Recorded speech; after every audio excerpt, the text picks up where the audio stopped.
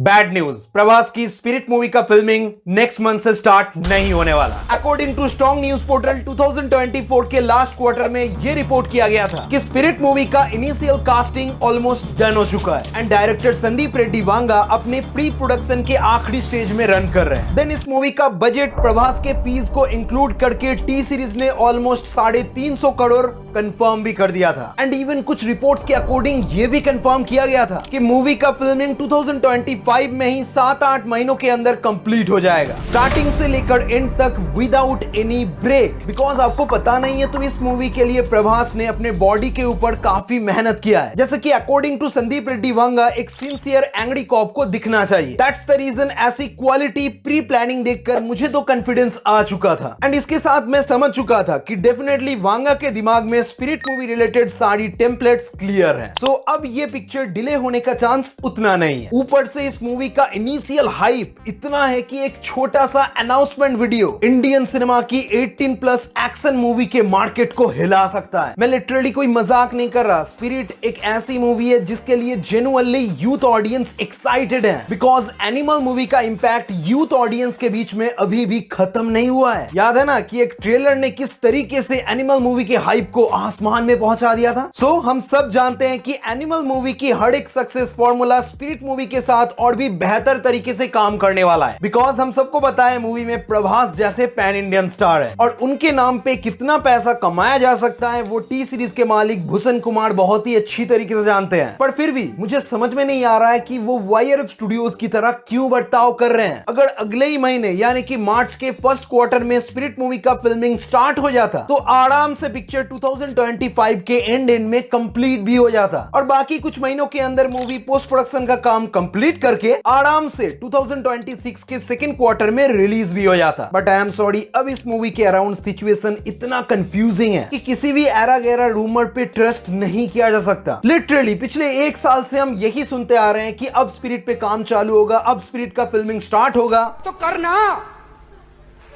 परेशान हो गए हम लोग 2.5 साल से, ये भी परेशान हो गए, हम भी परेशान हो गए, करो फिर।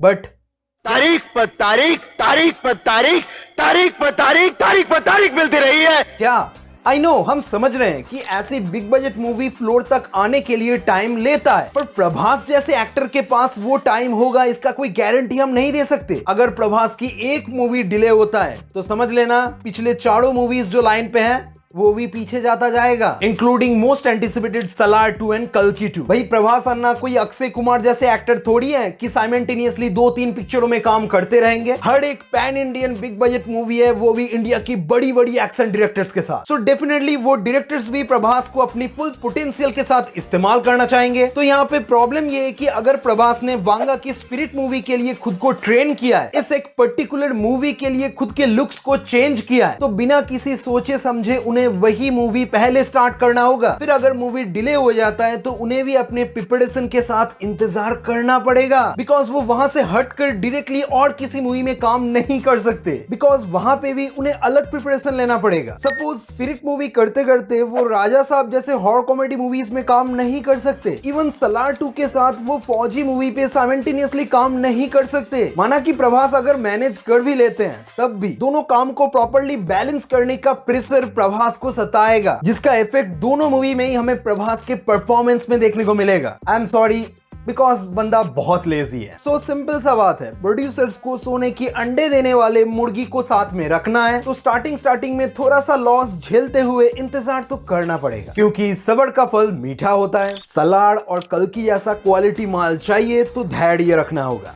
और इसी खुशी के अवसर में एक और सैड न्यूज ये है कि राजा साहब मूवी मिड 2025 से डिले हो चुका है। अब अगर बाय एनी चांस ये पिक्चर सितंबर के आसपास रिलीज नहीं होती है तो दिवाली 2025 से क्रिसमस 2025 तक ये मूवी खिसक जाएगा। और मेरे अकॉर्डिंग इस डिले के पीछे भी वही सेम प्रॉब्लम। राजा साहब मूवी प्रभास की बिजी शेड्यूल की वजह से 85% कंप्लीट होने के बाद भी कंप्लीट नहीं हुआ है। बाकी इससे ज्यादा अंदर का इंफॉर्मेशन मेरे पास नहीं है। Overall short and simple way में मैंने स्पिरिट और राजा साहब की रिसेंट सिचुएशंस को आपके सामने एक्सप्लेन करने की कोशिश किया है। अब आप इन इंफॉर्मेशन को लेकर क्या करोगे मैं नहीं जानता। बाकी लाइक सब्सक्राइब करते रहो ऐसे ही एंटरटेनिंग इंफॉर्मेटिव वीडियोस के लिए।